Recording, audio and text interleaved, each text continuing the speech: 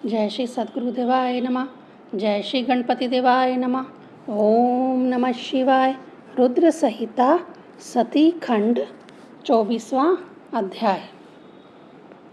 नारद जी ने यह सब सुनकर ब्रह्मा जी से कहा, हे पितामह, आप मुझे सती शिव के चरित्र के विषय में और वर्णन करें। ब्रह्मा जी बोले, हे मुनिवर, अब मैं तुम्हें शिव के चरित्र का वर्णन करता हूँ। एक बार जब मायावी महादेव सती के साथ नंदी पर बैठे भ्रमण कर रहे थे, तो दंडकारण्य में पहुंचकर उन्होंने सती को वह स्थान दिखाया जहां रावण सीता का हरण करके ले गया था, तथा श्री राम वन के वृक्षों, लताओं, शिलाओं, पत्थरों से सीता का पता पूछते हुए उनके वियोग में दुखी होकर उनको ढूंढ रहे थे। उनकी वराह पीड़ा की कोई सीमा न थी। इस प्रकार यह सब सती से वर्णन करते हुए शंकर जी आगे चल रहे थे।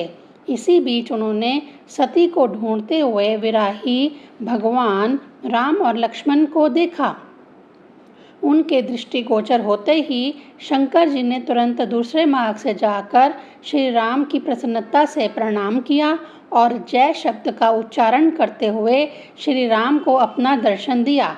शिव जी के इस व्यवहार से शिवा माया से मोहित हो गई और उन्होंने प्रेम पूर्वक शिव जी से पूछा, भगवान, आप तो सभी देवताओं में श्रेष्ठ, पूजनीय तथा परम तत्व हैं, फिर वियोग से व्याकुल मनुष्यों के समान आचरण करते हुए इन दोनों में से कृष्ण वर्ण वाले को आपने अभिवादन क्यों किया? ये दोनों मनुष्य कौन थे?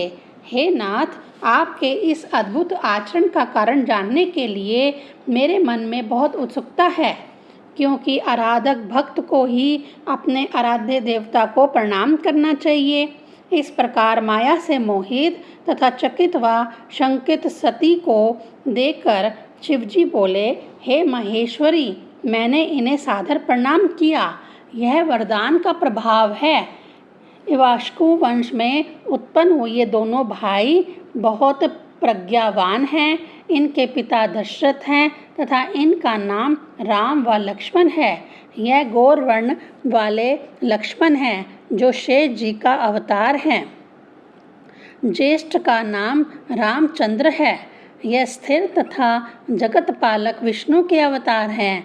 पृथ्वी पर श्रेष्ठ लोगों की रक्षा तथा विश्व के उद्धार के लिए ही इन्होंने अवतार ग्रहण किया है। इस प्रकार शंका का समाधान करते हुए सदाशिव चुप हो गए, किंतु माया से मोहित सती जी शिव जी की बातों से विश्वस्त न हुई। सती के अविश्वास को देखकर शिव जी बोले, हे सती, यदि तुम मेरे वचनों से सहमत नहीं हो तो स्वयं जाकर श्री राम जी की परीक्षा करके देख सकती हो। इस प्रकार जिस किसी भी उपाय से तुम्हारा अविश्वास दूर हो कर सकती हो। मैं इसी वृक्ष की छाया में तुम्हारी प्रतीक्षा करता रहूँगा। इस प्रकार शंकर जी के कहने पर माया से मोहित सती श्री राम जी की परीक्षा लेने चली गई और मन ही मन परीक्षा का उपाय सोचने लगी। तब उनके मन में विचार आया कि वह सीता का रूप धारण करके श्री राम जी के पास जाएं कि सचमुच श्री राम विष्णु का अवतार हैं तो वे मुझे पहचान लेंगे, अन्यथा नहीं। वह सीता का रूप धारण करके श्री राम जी के पास गईं। तभी शिव जी का सिमरण करते हुए श्री रामचंद्र जी ने सती को देखते ही पहचान कर उन्हें प्रणाम किया तथा हंसकर पूछा, हे माता, इस समय शिव जी कहाँ हैं जो आप अकेली यहाँ वन में विचरण कर रही हैं? इसके साथ ही आपने अपना वास्तविक रूप को त्याग कर यह क्या रूप धारण किया है?